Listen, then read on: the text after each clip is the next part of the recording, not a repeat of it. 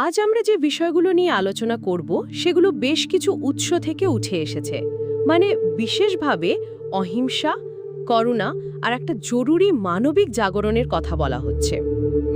উৎসগুলোই এটাকে একটা পরিবর্তনের ডাক বা ধরুন একটা বিবেকের লড়াইও বলছে। তো প্রথমেই বোঝা দরকার এই জাগরণের প্রয়োজনটা হঠাৎ এত বেশি করে অনুভূত হচ্ছে কেন। দেখুন, পরিস্থিতিটা আসলেই খুব গম্ভীর। মানে উৎসগুলো যেমনটা বলছে আর কি। একদিকে দেখুন যুদ্ধ চলছে, ইউক্রেন, গাজা, সুদান। হ্যাঁ, রোজই তো খবর দেখছি। ঠিক, যেখানে মানে সাধারণ মানুষ এমনকি শিশুরাও মারা যাচ্ছে, রক্তপাত থামছেই না। আবার অন্যদিকে প্রকৃতি, সেও তো কাঁদছে। অবশ্যই, গ্লোবাল ওয়ার্মিং, বরফ গলে যাওয়া। একদম, হিমবাহ গলছে, কত শত প্রজাতির পশুপাখি হারিয়ে যাচ্ছে, মানে চিরতরে।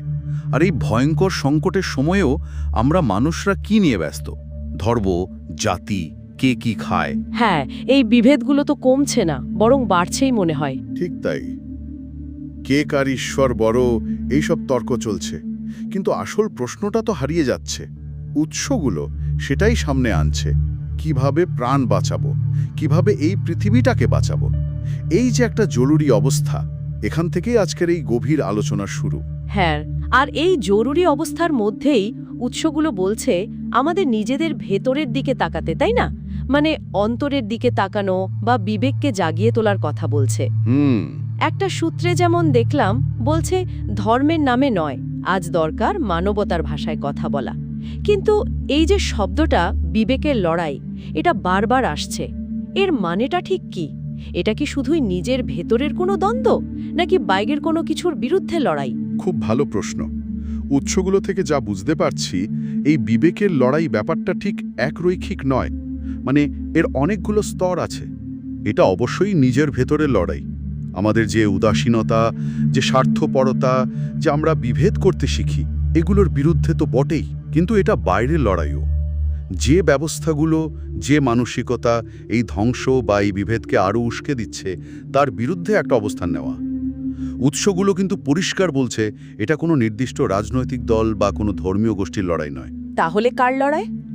এটা আসলে মানুষের যে একদম মৌলিক মনুষ্যত্ব, সেটা বাঁচানোর লড়াই। কোনটা ঠিক, কোনটা ভুল, মানে কোনটা জীবন বাঁচায় আর কোনটা ধ্বংসের দিকে ঠেলে দেয়, সেই বোধটাকেই জাগিয়ে তোলার কথা বলা হচ্ছে এখানে। এটা আসলে অন্যায়ের বিরুদ্ধে, সব রকম নিষ্ঠুরতার বিরুদ্ধে, জীবনের প্রতি আমাদের যে উদাসীনতা, তার বিরুদ্ধে একটা নৈতিক যুদ্ধ বলা যেতে পারে। বুঝলাম। তাহলে এই বিবেকের জাগরণটা সরাসরি জুড়ে যাচ্ছে সকল সজীব প্রাণের প্রতি প্রেম ও করুণা, এই ধারণার সঙ্গে। আমি একটা জিনিস খেয়াল করলাম উৎসগুলোতে, ওরা শুধু মানুষের কথা বলছে না। না, একদমই না। গরু, ছাগল, কুকুর, এদের অনুভূতি, এদের ভয় পাওয়া, ভালোবাসা, এইসব কথাও খুব স্পষ্ট করে বলা হয়েছে। মানে ওদের শুধু খাবার বলে দেগে দেওয়াটা যে ঠিক নয়, সেদিকেও একটা ইঙ্গিত আছে। একদম, এই উপলব্ধিটাই, আমরা ব্যথা বুঝি, এটাই যেন এই পুরো জাগরণের একেবারে কেন্দ্রে রয়েছে। উৎসগুলো আমাদের মনে করিয়ে দিচ্ছে যে ব্যথা পাওয়ার ক্ষমতা বা আনন্দ পাওয়ার ক্ষমতা, এটা শুধু মানুষের একচেটিয়া নয়। যখন আমরা এটা মন থেকে মানতে পারবো, তখন অন্য জীবের প্রতি আমাদের ব্যবহারও তো বদলাতে বাধ্য, তাই না? আর ঠিক এখান থেকেই ওই পুরনো কিন্তু ভীষণ জরুরি কথাটা আবার প্রাসঙ্গিক হয়ে ওঠে। জীবে প্রেম করে যেজন, সে সেবিছে ঈশ্বর। হ্যাঁ, বিবেকানন্দের সেই বিখ্যাত উক্তি। ঠিক, ঈশ্বর শুধু মন্দিরের চার দেওয়ালের মধ্যে আটকে নেই, তিনি প্রতিটি প্রাণের স্পন্দনে আছেন। এই গভীর ধারণাটাই উৎসগুলো তুলে ধরতে চাইছে। এটা আসলে করুণা নয়, এটা একটা গভীর সংযোগের অনুভূতি। আর এই করুণারই একটা খুব বাস্তব প্রয়োগ আমরা দেখতে পাচ্ছি পশু হত্যা বন্ধ করা বা মাংস না খাওয়ার আহ্বানে। উৎসগুলো বলছে পশু হত্যা করে ভোজ নয়, ভালোবাসাই হোক উৎসব। হ্যাঁ, বেশ জোরালো বার্তা। বার্তাটা সত্যিই শক্তিশালী। আমরা রক্ত চাই না, জীবন চাই।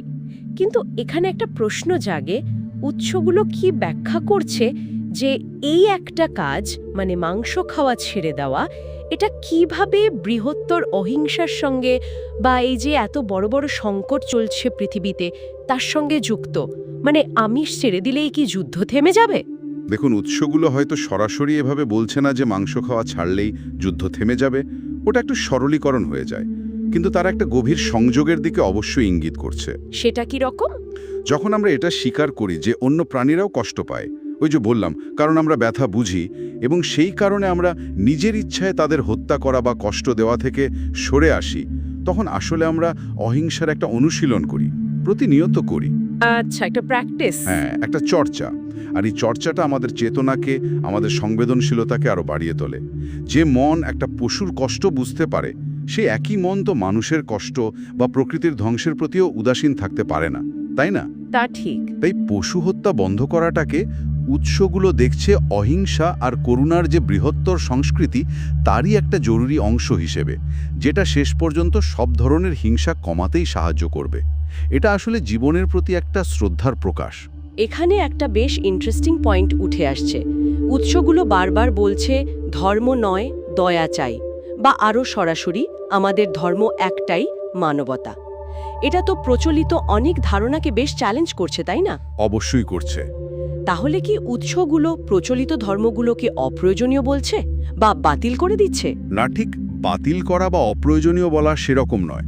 মূল সুরটা যদি দেখেন, সেটা ধর্মকে বাতিল করা নয়, বরং ধর্মের নামে যে বিভেদগুলো তৈরি হয়, যে সংকীর্ণতা, যে হিংসা, সেটাকে অতিক্রম করার কথা বলা হচ্ছে। মানে ধর্মের অপব্যবহারের বিরুদ্ধে। অনেকটা তাই। তারা বলতে চাইছে দয়া, করুণা, মানবতা, এই গুণগুলো আসলে যে কোনো প্রাতিষ্ঠানিক ধর্মের চেয়েও বেশি মৌলিক। আর এই সংকটের সময় তো আরও বেশি জরুরি। যখন আমাদের সবার এক হওয়াটা সবচেয়ে দরকার, তখন কে কোন ধর্মের সেই পরিচয় দিয়ে ভাগ না হয়ে মানুষ হিসাবে একে অপরের পাশে দাঁড়ানো, সমস্ত প্রাণের প্রতি সহানুভূতি দেখানো, এটাই তো আসল ধর্ম হওয়া উচিত। উৎসগুলো যেন বলছে, ধর্ম যদি মানুষকে মেলাতে পারে, প্রাণকে ভালোবাসতে শেখায়, তবেই তার সার্থকতা। না হলে দয়াই হোক আমাদের পথ চলার আলো। তাহলে এই সব মিলিয়ে বিবেক জাগানো, জীবে প্রেম, অহিংসা, মানবতার ডাক, উৎসগুলো কি এই সবটাকেই নতুন যুগের ডাক বলছে? এটা কি শুধুই একটা নৈতিক অবস্থান, নাকি এর মধ্যে কোনো অ্যাকশন বা কাজের ইঙ্গিতও আছে? অবশ্যই আছে। সক্রিয়তার ইঙ্গিত তো খুবই স্পষ্ট। যেমন ধরুন, বলা হচ্ছে ভালোবাসা ছড়িয়ে দিই, প্রাণ বাঁচাই। এটা তো শুধু একটা সুন্দর কথা নয়, এটা একটা কাজের ডাক। আরও নির্দিষ্ট করে বলা হচ্ছে মানুষের পাশে দাঁড়াও, জীবে প্রেম করো, এখনই সময়। এই এখনই সময় কথাটা কিন্তু খুব গুরুত্বপূর্ণ। কেন? কারণ এটা বুঝিয়ে দিচ্ছে, এটা আর শুধু তত্ত্বকথা নয় বা ভবিষ্যতের জন্য ফেলে রাখার মতো কোনো বিষয়ও নয়। এই নতুন যুগ মানেই হলো এমন একটা সময় যেখানে করুণা আর ভালোবাসা শুধু আমাদের ব্যক্তিগত অনুভূতি হয়ে থাকবে না, বরং আমাদের সম্মিলিত কাজে, আমাদের প্রতিদিনের আচরণে সেটা ফুটে উঠবে। বিভেদ ভুলে গিয়ে জীবনের প্রতি শ্রদ্ধাশীল হয়ে ওঠা, এটাই এই নতুন যুগের মূল সুর। তাহলে আজকের আলোচনাটা যদি একটু গুছিয়ে নিই। হ্যাঁ, সংক্ষেপে বললে আজকের এই গভীর আলোচনা থেকে কয়েকটা জরুরি বিষয় উঠে এলো। প্রথমত, বর্তমান বিশ্বের যে সংকট, যুদ্ধ, পরিবেশ বিপর্যয়, সেটা আমাদের প্রত্যেকের বিবেককে নাড়া দিচ্ছে, একটা জরুরি পদক্ষেপ নিতে বলছে। দ্বিতীয়ত, এই জাগরণের কেন্দ্রে থাকতে হবে শুধু মানুষ নয়, সমস্ত জীবিত প্রাণের প্রতি একটা নিঃস্বার্থ ভালোবাসা আর করুণা। ঠিক। তৃতীয়ত, পশু হত্যা বা মাংস খাওয়া বন্ধ করা, এটা সেই অহিংসা আর দয়ারই একটা বাস্তব প্রয়োগ, জীবনের প্রতি শ্রদ্ধার একটা প্রতীক। আর চতুর্থত, সব রকমের প্রাতিষ্ঠানিক পরিচয়ের ঊর্ধ্বে উঠে মানবতা আর দয়াই হওয়া উচিত আমাদের পথ চলার মূল ভিত্তি, যা বিভেদ তৈরি করে না, বরং মিলন ঘটায়। আলোচনা প্রায় শেষের দিকে, কিন্তু একটা প্রশ্ন মনে আসছে। উৎসগুলো জীবন আর করুণাকে এত গুরুত্ব দিচ্ছে, যদি এই বিবেকের লড়াইটা সত্যি এত গভীর হয়, তাহলে এই করুণা কি শুধু আমাদের খাদ্য তালিকা বা কয়েকটা নির্দিষ্ট কাজের মধ্যে সীমাবদ্ধ থাকবে? ভাবনার বিষয়। নাকি এই যে এত সংঘাতময় পৃথিবী, পরিবেশের এত ঝুঁকি, এখানে আমাদের জীবনের প্রতিটা ক্ষেত্রে, মানে আমরা কিভাবে বাঁচি, কি পড়ি, কি ব্যবহার করি, একে অপরের সঙ্গে কেমন আচরণ করি, সব কিছুতেই এই অহিংসা আর দয়ার নীতিটা জড়িয়ে থাকা উচিত? উৎসগুলো কি এই বৃহত্তর প্রয়োগের দিকে কোনো ইঙ্গিত দেয়? এটা নিয়ে বোধহয় আমাদের সবারই একটু ভাবার অবকাশ রইল।